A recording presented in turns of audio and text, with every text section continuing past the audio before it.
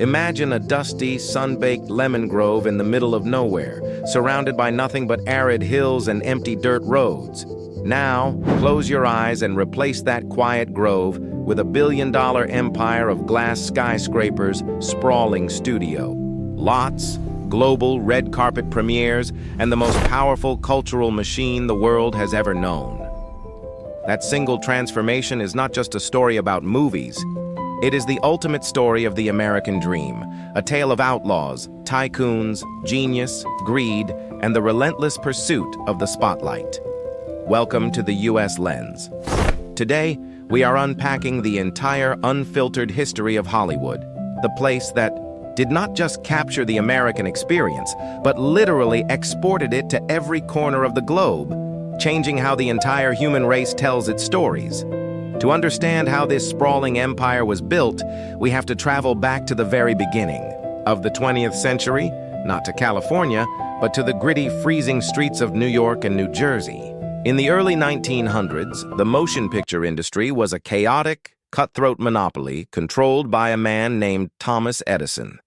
Edison held the patents for almost all motion picture cameras and projectors, and he ran a ruthless organization called the Motion Picture Patents Company, commonly known as the Edison Trust. If you wanted to make or show a movie, you paid Edison, or you faced his army of thugs and lawyers who would smash your cameras, sue you into oblivion, or hire goons to physically attack your theaters. But a group of fierce, independent filmmakers, mostly Jewish immigrants who had been locked out of traditional East Coast industries, refused to be bullied. They realized that if they stayed on the East Coast, Edison would eventually destroy them. So, they packed up their cameras, their film reels, and their ambitions, and fled as far away from Edison's lawyers as the geography of the United States would allow.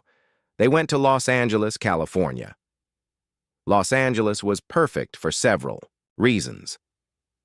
First, it had endless free sunshine, meaning they could shoot movies outdoors without needing expensive artificial studio lighting. Second, it had incredibly diverse geography, allowing filmmakers to shoot deserts, mountains, oceans, and jungles all within a few miles of each other.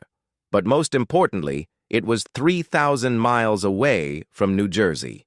If Edison sent his thugs to California to confiscate their equipment, the filmmakers could simply hop across the border into Mexico. Out of this desperate exodus from East Coast tyranny, Hollywood was born, initially as a literal outlaw colony operating in the sunny outskirts of Los Angeles. By the 1910s, these outlaws had settled in, and a small suburb called Hollywood became the undisputed motion picture capital of the world. The early days were wild, unregulated, and highly experimental. Filmmakers like D.W. Griffith were literally inventing the visual language of cinema on the fly, figuring out that you could move the camera, use close-ups to show emotion, and cross-cut between different scenes to build suspense. During this silent era, Hollywood created its first global superstars, people like Charlie Chaplin, Buster Keaton, and Mary Pickford. These silent film actors didn't need spoken language to communicate, which meant Hollywood could export its films to Paris, Tokyo, Buenos Aires, and Mumbai, instantly making American culture a universal language. But Hollywood realized early, on that it was not just selling film reels, it was selling an illusion. The stars of the silent era were often ordinary, deeply flawed people, but the studios invented a brilliant, ruthless system to hide their flaws. They created the star system. They gave actors new, glamorous names. They dictated what they wore, who they dated, and they covered up scandals ranging from drug addiction to fatal car crashes. Hollywood became a factory of dreams, meticulously manufacturing gods and goddesses out of flawed human beings, and the public ate it up. The 1920s brought the next massive evolution, an evolution that almost destroyed the industry before it saved it. In 1927, Warner Brothers released The Jazz Singer, the first feature-length motion picture with synchronized sound. The transition from silent films to talkies was absolute chaos. Thousands of actors who had beautiful faces but terrible voices or heavy foreign accents saw their careers vanish overnight. Massive, beautiful silent movie palaces had to be expensively retrofitted with sound systems. But once the dust settled, the talkies cemented Hollywood's power forever. Sound made the movies an even more immersive, intoxicating experience. This era seamlessly transitioned into what is now known as the Golden Age of Hollywood, stretching from the 1930s through the late 1940s. During this time, Hollywood did not just dominate America, it dominated the planet. A handful of massive, vertically integrated corporations known as the Big Five, including MGM, Paramount, Warner Brothers, 20th Century Fox, and RKO, completely controlled the industry. They owned the writers, the directors, the stars, the production lots, the distribution networks, and most importantly, the theaters themselves. If MGM made a movie, you could only see it in an MGM theater. This allowed them to produce masterpieces like Gone with the Wind, Citizen Kane, and The Wizard of Oz, while simultaneously operating as a brutal cartel. The studios operated like feudal kingdoms. Louis B. Mayer at MGM ruled with an iron fist, controlling the lives of his stars with morality clauses and fixers who would bury suicides, abortions, and arrests to protect the pristine image of the studio. But beneath the glittering premieres and the manufactured glamour, the Golden Age was built on systemic exploitation, blacklisting, and a ruthless control over the artistic freedom of its creators. The Golden Empire, however, was built on a foundational flaw that would eventually trigger its spectacular collapse. In 1948, the United States Supreme Court handed down a devastating decision in the case of United States versus Paramount Pictures. The government sued the studios under antitrust laws, arguing that their vertical integration was an illegal monopoly. The Supreme Court agreed and forced the studios to sell off their theater chains. Overnight, Hollywood lost its guaranteed audience. They could no longer force people to watch their movies. At the exact same moment this legal bomb dropped, a new technological terror arrived in American living rooms: the television. In the 1950s, Americans stopped going to the movie theaters every week. Why pay for a babysitter and a ticket when you could sit on your couch and watch free entertainment in your own living room? Hollywood panicked. They tried everything to win audiences back. They experimented with gimmicks like three-dimensional glasses, smell-o-vision, and massive widescreen formats like Cinerama. But the nail in the coffin of the Golden Age was not just television, it was politics. In the height of the Cold War, the Red Scare swept through Washington, spearheaded by Senator Joseph McCarthy. Hollywood became a primary target. The House Un-American Activities Committee descended on the movie capital, demanding that filmmakers testify about suspected communist sympathies. This led to the infamous Hollywood blacklist. Hundreds of brilliant writers, directors, and actors were barred from working in the industry simply because they refused to name names or held left-leaning political beliefs. Careers were destroyed, lives were ruined, and the creative heart of Hollywood was temporarily paralyzed by fear. The combination of losing their theaters, losing their audience to television, and losing their writers to the blacklist brought the mighty studio system to its knees by the late 1950s. But out of the ashes of the old, rigid studio system, a radically new, rebellious era was born in the late 1960s and 1970s. A period now revered as New Hollywood. With the old studio bosses losing their grip, a new generation of young film school-educated directors suddenly seized power. These were guys like Martin Scorsese, Francis Ford Coppola, Steven Spielberg, and George Lucas. They were heavily influenced by the gritty, realistic European films of the time, and they completely tore up the polished, artificial rules of the Golden Age. New Hollywood films were violent, sexually explicit, anti-authoritarian, and deeply cynical about the American dream. Movies like Bonnie and Clyde, The Godfather, Taxi Driver, and Chinatown showed an America filled with corruption, moral decay, and broken heroes. For a brief, glorious decade, the directors were the kings of Hollywood, given massive budgets to make deeply personal, artistic films that also happened to be massive box office hits. This era fundamentally changed the biology of the movie business. It proved that audiences would pay to see dark, complex stories if they were told with enough skill. However, New Hollywood accidentally planted the seeds of its own destruction. In 1975, a young director named Steven Spielberg made a movie about a killer shark called Jaws. It was a massive, unprecedented blockbuster. A few years later, George Lucas released Star Wars. These two films fundamentally shifted the economic model of Hollywood.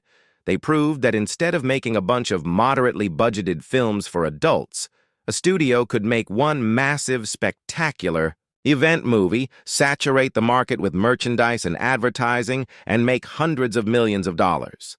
The art of cinema was quickly overtaken by the commerce of the blockbuster. The 1980s and 1990s saw the complete corporatization of Hollywood. The maverick directors of New Hollywood were either absorbed into the system or pushed aside, replaced by a new breed of corporate executives, lawyers, and accountants. Hollywood was no longer run by movie people. It was run by multinational conglomerates like Sony, Panasonic, and Viacom, who viewed movies simply as content to fill their various distribution pipelines. This era gave birth to the high-concept blockbuster and the modern franchise. We saw the rise of action stars like Sylvester Stallone and Arnold Schwarzenegger, and the dominance of special effects-driven spectacles. But the most significant economic shift of this era was the invention of the home video market. The VHS tape and later the DVD completely revolutionized Hollywood's revenue streams. Suddenly, a movie that underperformed at the box office could make all its money back, and then some, in video rentals and sales. This created a massive gold rush, leading studios to greenlight hundreds of mediocre movies just to fill the shelves of blockbuster video stores. It was a highly profitable, if artistically stagnant, period for the industry. Cinemas became filled with predictable sequels, remakes, and safe, test-marketed products designed to offend absolutely no one and appeal to the widest possible global demographic. As we moved into the 21st century, the digital revolution completely rewired the DNA of the movie business once again. The rise of the internet, digital piracy, and streaming technology terrified the traditional Hollywood studios, much like television had terrified them 50 years earlier. But one company saw the future more clearly than the legacy studios: Netflix. Netflix started as a DVD by mail service, but pivoted to streaming, fundamentally changing how Americans consumed media. Why drive to a theater and pay $15 when you could instantly access thousands of movies and television shows from your smart TV for a flat monthly fee? The traditional Hollywood studios were incredibly slow to adapt, arrogantly believing people would always want to go to a movie theater for the communal experience. But as home theater technology improved and streaming interfaces became ubiquitous, theater attendance began a slow, steady decline. To survive in the digital age, the legacy studios realized they had to become their own streaming platforms. This led to the massive corporate consolidation we see today. Disney bought Pixar, Marvel, Lucasfilm, and Fox to create an unstoppable arsenal of intellectual property to feed its Disney Plus platform. Warner Brothers, NBC Universal, and Paramount all launched their own streaming services, resulting in a brutal, incredibly expensive streaming war that is still being fought today. Today, Hollywood stands at a deeply uncertain, existential crossroads. The traditional business model of making a movie, putting it in theaters for 3 months, and then selling it on video is effectively dead. Studios are now pulling their massive $100 million movies off theater screens after just a few weeks, or in some cases, dumping them directly onto streaming platforms to boost subscriber numbers. This has fundamentally devalued the theatrical experience. The pandemic accelerated this trend, shutting down theaters worldwide and forcing studios to embrace streaming entirely. Furthermore, the magic of Hollywood is being threatened by the very technology that built it. The Recent historic strikes by the Writers Guild of America and the Screen Actors Guild were not just about better pay. They were an existential battle over the use of artificial intelligence. For the first time in history, Hollywood faces the reality that scripts can be generated by algorithms and the likenesses of actors can be scanned and replicated digitally without them ever setting foot on a sound stage. The human element of storytelling, the very thing that built Hollywood over the last century, is under direct threat from Silicon Valley tech companies. When we look at the entire history of Hollywood through the U.S. lens, we are looking at a perfect, unbroken mirror reflecting the American soul. It began as a rebellion against a monopoly, grew into a ruthless, unregulated capitalist empire, faced devastating existential crises, and continuously reinvented itself through sheer relentless innovation.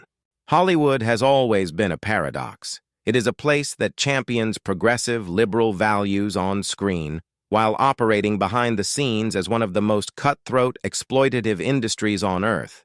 It sells the world the American dream, while hiding the dark, broken realities required to manufacture that dream. From a dusty lemon grove to a global digital empire, the story of Hollywood is the ultimate story of America itself, a relentless, sometimes beautiful, often dark, but always fascinating pursuit of the ultimate illusion.